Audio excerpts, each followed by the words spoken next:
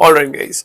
So, this particular chapter, Poets and Pancakes, and I've added one more to the title, Visitors. Now, this particular chapter is set in the early days of Indian cinema, and Gemini Studio was actually a film production house in 1940 in Chennai, and we know earlier films were shot indoors and all that. So, when we talk about poets, every film company requires a story department. Fine, it requires a storyline. So, poets, we mean we're going to be talking about the story department of Gemini Studios. Pancake was actually an old makeup brand that was used profusely during that time. So, by Pancake, we mean we're going to be talking about the makeup department of the Gemini Studios. And some people, used to visit over there, visitors. It was MRA and Stephen Spender and some other people. I'll talk about it, and certain other details I'll be discussing towards the end. Now, let's break down makeup department first. So of course, Pancake was the brand that was profusely used during that time I just mentioned to you. And old actresses like Miss Gohar, Greta Garbo, and uh, Vijayanti Mala, all of these old actresses had used this makeup brand, but new actresses like Rati Agnihotri, they not even heard of it. So just need to understand that Pancake was a very old makeup brand. Second, the place where the makeup department of the Gemini studio was there, fine, it was actually Robert Cleve's stable once. Fine, it was Robert Cleve's stable once. All of that. And Robert Cleve was actually a British person. You understand? He was a British person, and you need to understand that now the author makes fun of the British. He says that British didn't do anything to our country. They just did couple of things. They fought impossible battles, grabbed lands, and married girls. There was nothing productive that they did. So he just makes fun of the British.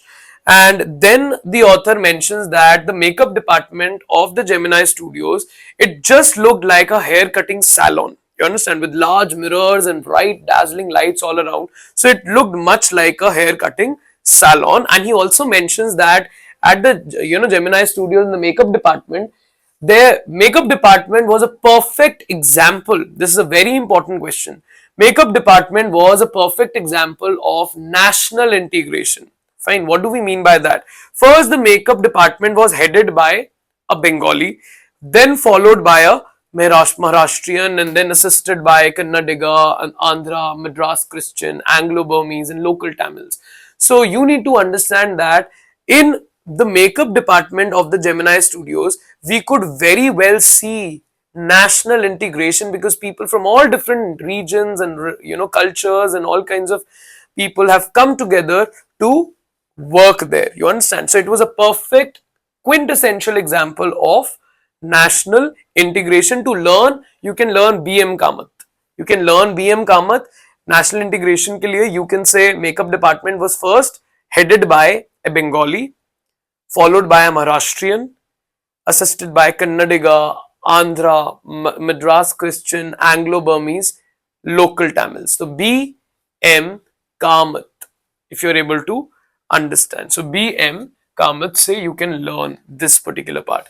Next, the author also mentions that there was a strict hierarchy. The author mentions that there was a strict hierarchy in the makeup department. The first you need to understand is the chief makeup man used to take care of the makeup of whom? Of the, you need to understand of the, what is that? The actors in lead roles, you understand? And senior assistant would take care of what? The senior assistant would take care of the makeup of the second hero and heroine, and the junior assistant would take care of the makeup of the main comedian, and the office boy would paint the faces of the crowd, the people who played the crowd in the background. He would apply makeup on their faces. You understand? Because earlier, it is also mentioned that what were the skills of these makeup artists. The skills of these makeup artists was that they could turn any decent looking person into an ugly, hideous, crimson hued monster.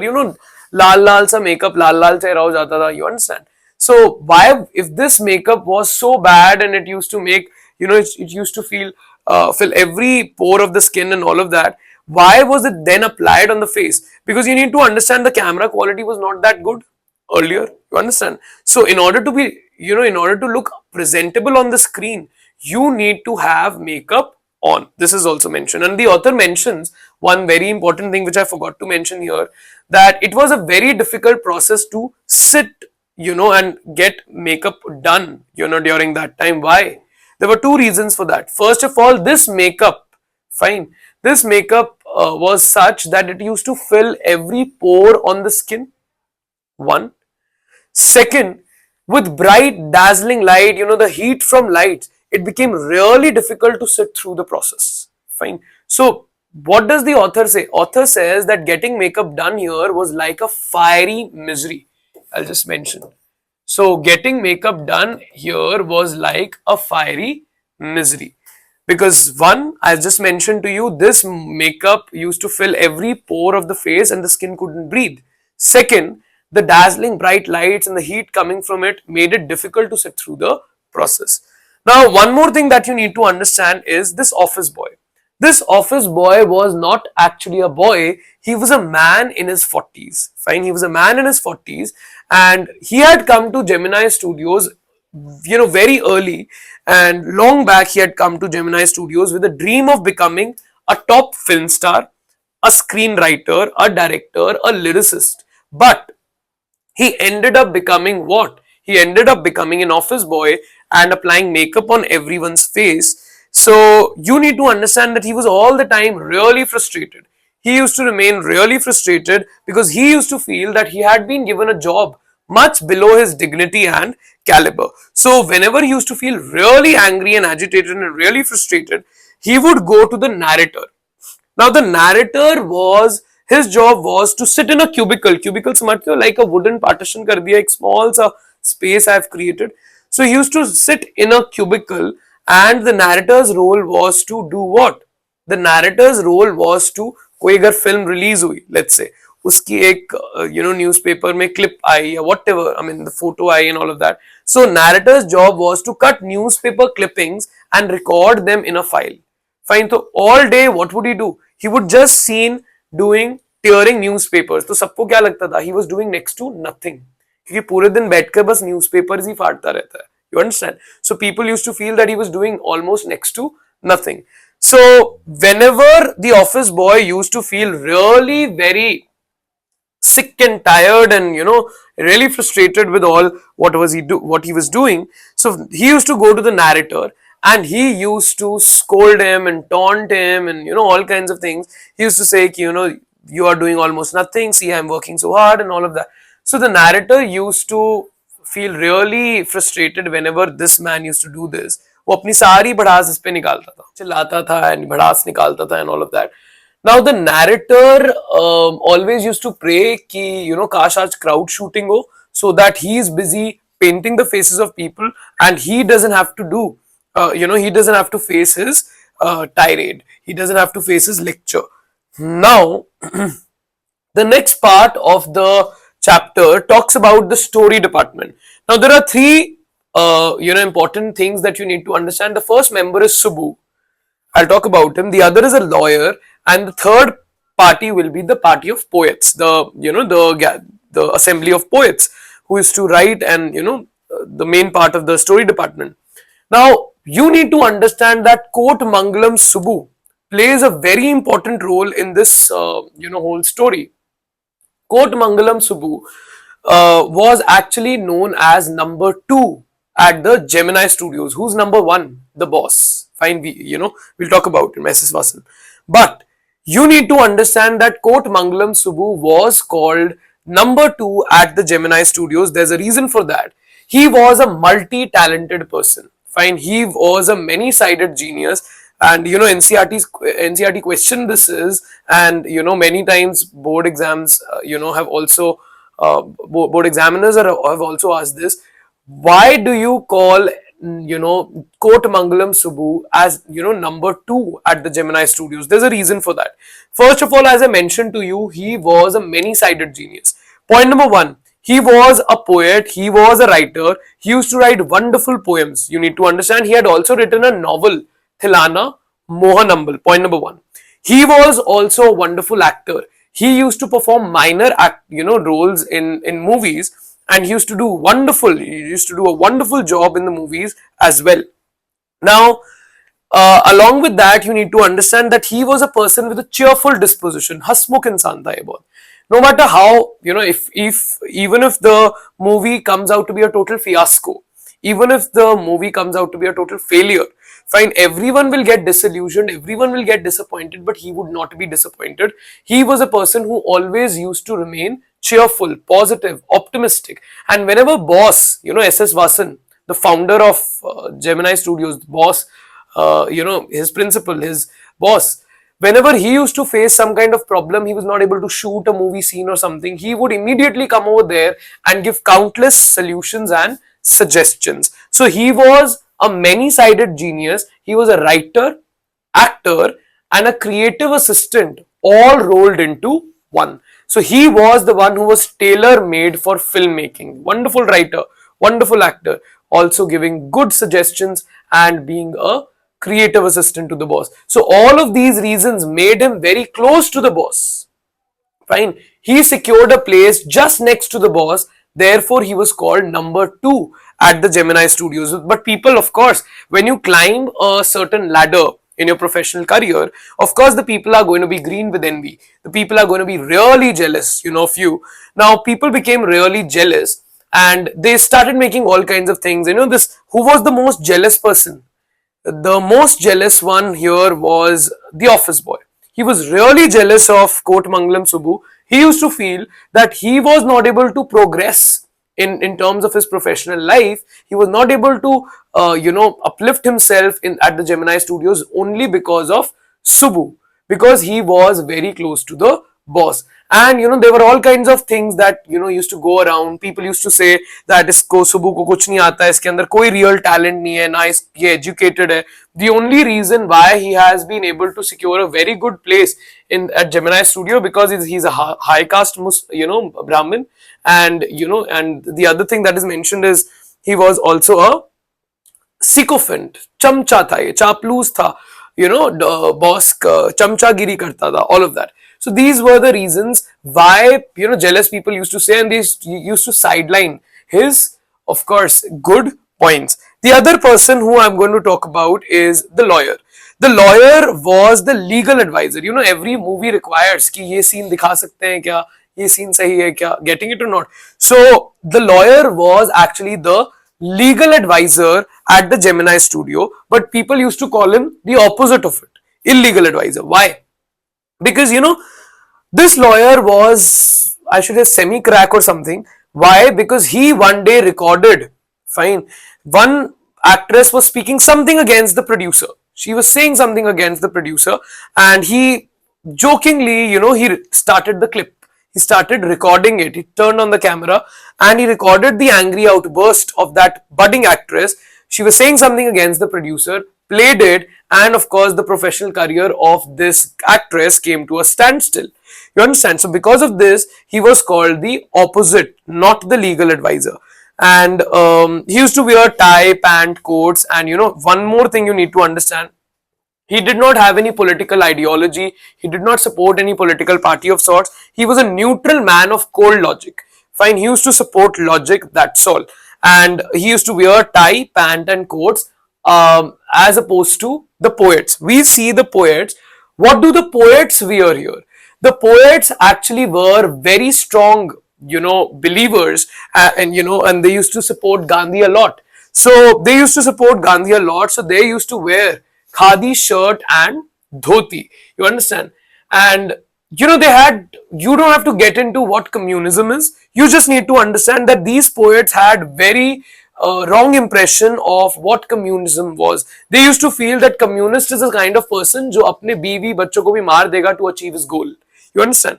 So they were against violence, they were against communism, and they only supported non-violence, they only supported Gandhi. Baki, they didn't have any political affiliation. If this question comes, did the people at the Gemini studio support any certain political group or political party? The answer is no. Fine. And one thing is very important, just like lockdown, fine, there were certain restrictions and all of that. That time when the story was said, during those days, Congress had put some restrictions. People couldn't go out and gather or sit together or whatever. So the people at the Gemini studios, their favorite haunt was the canteen or the mess at the Gemini studio. It used to serve wonderful coffee almost round the clock, fine, 24/7. And because of this, they used to sit and talk over a cup of coffee, and this had become their favorite place, their favorite haunt, the canteen or the mess of the Gemini studios. Now, the next part of the chapter is the visitors. So, whenever some show, just like Big Boss, this thing, that thing, whenever some show or whenever some platform is really famous, so people usually come over there, they make a presence over there, they do something over there to promote something over there. So Gemini Studio was gaining a lot of fame. Now there were certain people who started visiting them. The first group that visited them in this chapter is MRA, Moral Rearmament Army. Fine, so just understand, and the leader is, you can just say, Frank Buckman's. Now, this was Frank Buckman's Moral Rearmament Army. This was a group of 200 people, and all of these people were against communism. Fine. So, this MRA was actually a counter movement to communism. You just understand violence. Abhi ke liye. Now, these 200 people, came to the Gemini studios, and they wanted to promote a certain value. They wanted to promote a certain message, and because of that, they actually performed plays at the Gemini studios. The two famous plays that they actually performed, and they were famous for, it's written on the board, you can just read it. One was the Jotham Valley, the other is the Forgotten Factor. They were wonderful plays. They used to perform these plays, and the sets and the costumes and everything was wonderful. And the most surprising thing, or the most striking thing about these plays, were the sunrise and sunset scenes. They used to present sunrise and sunset scenes in such a wonderful manner that the local Madras and Tamil drama communities got inspired, and they also started borrowing such scenes, and they presented and produced in their own plays. Now, the other thing that you need to understand is the second visitor who comes over there. And many people of the Gemini studios used to watch their plays again and again, many times over. They used to watch their plays many times over. They were such wonderful plays. Now, the second one who visited the Gemini studio was a famous poet. Fine, he was a famous writer. It was Stephen Spender. Now, when people got to know that someone by the name Stephen Spender is coming, they started making all kind of guesses and conjectures. They started saying, "Acha, this is a writer, this is this, this is that." So people were very curious. Fine, people were very curious to know who exactly is coming, but they were also, this was also full of mystery. Why? Because they, didn't know Stephen Spender during that time. They have never heard of it. Fine. Now, one thing you need to understand, Stephen Spender comes to the studio. Now, whenever some guest comes to your place, or, your school, your college, whatever, so of course the principal or someone will give a long introduction, will introduce the person, who this person is, where he comes from, what does he do, etc., etc. Now, Stephen Spender, when he comes to the Gemini studios, boss S.S. Vasan, he gave an introduction, but he was very general in introducing the gentleman. So the audience was still confused because they didn't get exactly who Stephen Spender was. Now it was Stephen Spender's turn to speak. Fine. Now Stephen Spender came over there, started speaking, but he spoke in English in a heavy British accent. Stephen Spender spoke in English in a heavy British accent, which resulted in the audience being baffled. The audience was confused. It was an audience of Tamil speakers, and Stephen Spender was speaking in English in a heavy British accent. So the incongruity of the scene, they were not able to, The speaker might have also been confused, but the audience was absolutely baffled. The audience was absolutely confused. And then he gave a speech, he left from there. So people say, still till date, they feel that his visit was an unexplained mystery. His visit to the Gemini studio, Stephen Spender, when he came to the Gemini studio, he was a kind of an enigma. Nobody understood who he was, and his visit was an unexplained mystery. When he came, nobody knew who exactly, in which capacity he was there. What he spoke, nobody understood. He left, and after his leaving from there, nobody understood who exactly he is. So it was an unexplained mystery. Now, the other thing that you need to understand over here is the boss. Fine, little bit, I would tell you about the boss. So the name of the boss, of course, as I mentioned to you, was S.S. Vasan. He was the founder of Gemini Studios, and apart from managing the studio, you understand, he was also the editor of a popular Tamil weekly magazine, Anand Viketan. You need to understand, and he was very fond of Subbu. He was number two, and he was also very fond of, after Subbu, the lawyer. Fine. So he likes keeping erudite and sensible people around him. Now, one more thing that is mentioned here, you need to understand this. The narrator. You understand? Now, the narrator one day, fine, wanted to, the narrator also, you need to understand, the narrator also had literary inclinations. This is an important question, it can come. You need to understand that the narrator actually had literary inclinations. Why am I saying this? See, the narrator spent all his day, fine, he spent all his day tearing up newspapers, with newspapers, reading newspapers. One thing. Second, he was also fond of writing. The narrator was also fond of writing. One day, the narrator saw an advertisement about a short story contest being organized by a British periodical, a British magazine named The Encounter. So he was excited to participate, but he wanted to check before he spends, his money on, postage, and पहले तो post करना पड़ता था, तो पैसे spend करने से पहले he thought, let me just verify whether this is a recognized genuine platform or not. So to recognize, to verify whether The Encounter, the magazine where he was participating, sending his entries, short story entry, whether it was a genuine platform or not, he went to the British Council Library. Over there, he picked up a copy of this British magazine, The Encounter, read and saw the name of Stephen Spender. Fine. He saw the name of Stephen Spender. He was the editor of this magazine, and automatically the trust got built up. The trust got built up here that, The Encounter is a genuine platform, because Stephen Spender to studio bhi aaya tha, to ek genuine person hoga wo. So this is the thing.